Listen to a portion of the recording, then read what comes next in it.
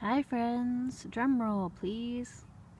Here's the results of our dyes experiment with onion skins. The bottom row is the red onion skins and the top row is the orange onion skins. And on this side is the first batch I did, and then I did a second batch. I put new string in and I did the whole process exactly the same way all over again.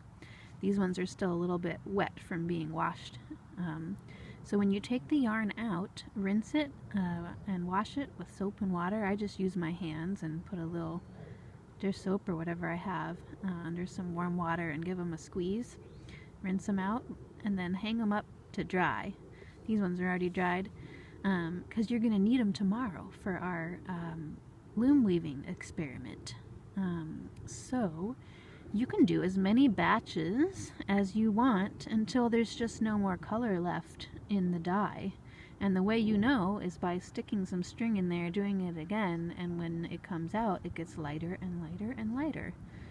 And it's called exhausting your dye bath. And then you have a beautiful color gradient that you can use in your weaving projects. So we will start the weaving project tomorrow. I will meet you back here. Bring some pieces of cardboard. They don't need to be big. All right, till tomorrow.